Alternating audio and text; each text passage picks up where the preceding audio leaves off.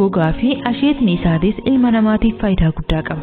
Timirri albuudota qaama namaatiif barbaachisan hedduun badhaadhee jira. Isaan keessaa faayibar, pootaashiyeem, koopar, mangaaniiz, magneeziyemii fi viitaamin B6. Faayidaalee timiraa keessaa qabxiin duraa garaajisuudha. Garaa gogeessiisa. Kan afaan Amaariffaatiin yeroo dirqat jedhamu san. Albuudni nyaata keessaa waan kanaaf akkaan barbaadamu faayibar jedhama. Timirri faayibar kanaan badhaadhina qaba. Namni hedduun sagaraan bahuu fi didee rakkatee haakima dhaqa. Wanti akkanaa immoo kan nama mudatu wayita garaan nama gogeedha. Kanaaf timirri furmaata gaariidha. Yeroo hedduu nyaata dursanii timira xiqqoo nyaachuun rakkina kanaaf furmaata gaariidha. Kanaaf timirri mar'imaan furdaa akka gaariitti dalagaa isaa akka dalagu taasisa. Akkasumas carraa kaansarii mar'imaaniitiin dhibamuu hir'isa. Kormammuunis akka namatti hin baane godha. Qabxiin lammaffaan immoo fayyaa onneetiif faayidaa guddaa qaba. Albuudni faayibar kun fayyaa mar'imaanii qofaaf osoo hin taane fayyaa onnee teenyaatiifis faayidaa guddaa qaba. Qabxiin sadaffaan faayidaa timiraa keessaa akka qaamni hin dheetofne godha. Akkuma jalqaba irratti isiniif ibsuu yaaletti timirri albuuda magneeziyem jedhamuun badhaadhee jira. Albuudni magneeziyemii kun ammoo antiinfilaamaatarii keessaa isa tokko. Antiinfilaamaatarii jechuun guruuppii dawaa dhukkubaati. Timirri immoo antiinfilaamaatarii keessattis ramadama. Antiinfilaamaatariin timira keessatti argamu kun immoo dhiitaa qaamaa ittisa. Albuudni magneeziyemii yoo qaama keenya keessatti fudhanne qaama dhiita'e fayyisa. Akkasumas dhukkuba dhahannaan onnee dabaluu yookiin kaardiyoovaaskular namarraa ittisa. Dabalataan immoo mudaa muddiin dhiita'uu fi dhukkuba narvii kan alzeemersi jedhamus namarraa ittisa. Dhukkubni alzeemersi jedhamu kun narviin namaa akka of dadhabu godha. Wayita san qaamni namaa hollachuu eegala. Dhiyeenya kana boksariin beekamaan lammii Ameerikaa kan amantiin isaa Muslimaa Muhammad Aliin dhukkubuma narvii kanaan yeroo dheeraaf dhukkubsatee du'e.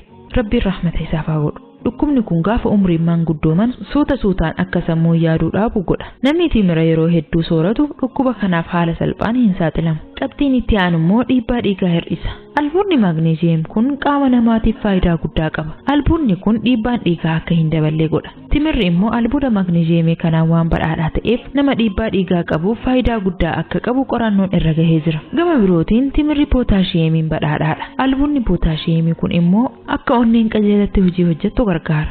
Qabxiin shanaffaan immoo dhukkuba tasa sammuu nama tuqee haasa'uuf socho'uu nama dhoorku yookiin istirook kan jedhamu akka nama hin qabne godha. Dhukkubni kun dhukkuba hamaadha. Nama nagayaa kana gama bineensa socho'uu hin dandeenyetti jijjiira. Rabbiin nurraa haa qabuuti. Dhukkubni kun akkuma tasaa sammuu namaa qaba. Namni dhukkuba kanaan qabame immoo dubbachuu fi socho'uus hin danda'u. Alhamdulillah, Rabbiin dhibee uume dawaa sochii uumee jira. Kanaafuu namni timira yeroo hedduu sooratu dhukkuba kanaan haala salphaatti hin qabamu.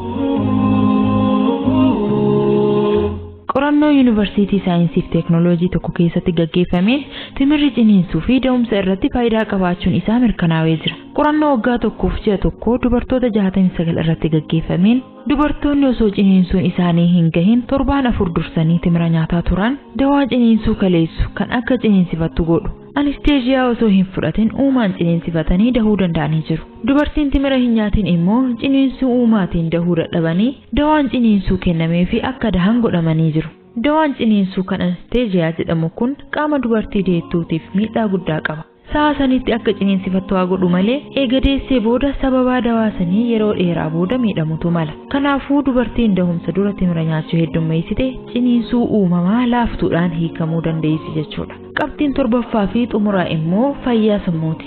Qorannoon tokko akka addeessutti timirri vaayitaamin B6 badhaadhee jira. Viitaamin B6 ammoo akka sammuun keenya dalagaan isaa sirriitti gaggeessuuf faayidaa guddaa qaba. Bilchina sammuu jabeessa jechuudha.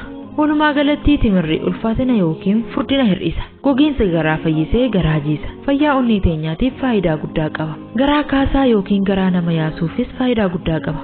Hanqina seelii dhiiga deemaatiifis faayidaa guddoo qaba. Sirna hargansuutii fi sirna soorata daakuutiifis faayidaa qaba. Kormammuun akka namatti hin baane ittisa. Akkasumas kaansariin mar'imaanii akka nama hin qabne dhowwa.